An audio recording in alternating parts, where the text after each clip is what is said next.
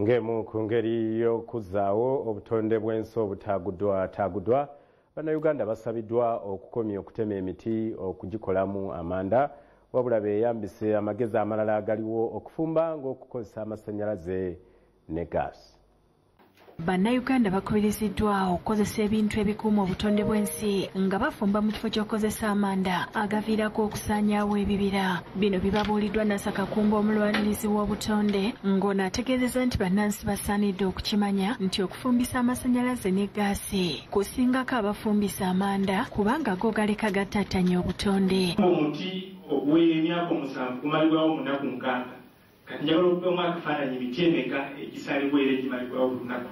Buli lw'olaba ttulaka eriko amanda ng'ejjudde amanda egatwala wano gawali era esaanyizzaawo emiti egitagenda kuzibwawo mangu. Asabye bannansi okwetanira okusimba emiti basobole okutaasa eggwanga lyaffe ku kyeya. Tukizudde nti enjawulo eri wakati w'amanda ne gaasi ntono nnyo ddala ate bw'ogeraageranya ebiseera by'omala ng'okuma amanda ago process eyo nalina omuntu abadde ne kagaasi ke oba afumbisizza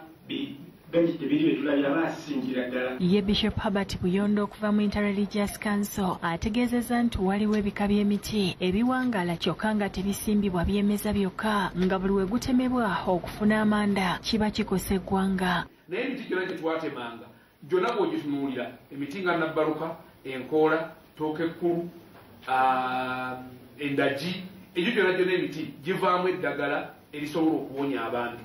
Kati tupromotinga herbal medicine mu Uganda. Naye ate emiti egyalikoze herbal medicine gyonna tugire bye tugimazeewo. Asabye gavumenti okuggya emisolo ku bintu ebikozesebwa mu kufumba n'okulaba nti enkola zino zibunyisibwa mu bitundu by'eggwanga eby'enjawulo kikendeeze ku bibira ebisaanyizibwawo. Gas cooker oba n'ebintu ebikozesebwa ne gaasi yennyini gas cylinders biri important okuva ebweru wa Uganda.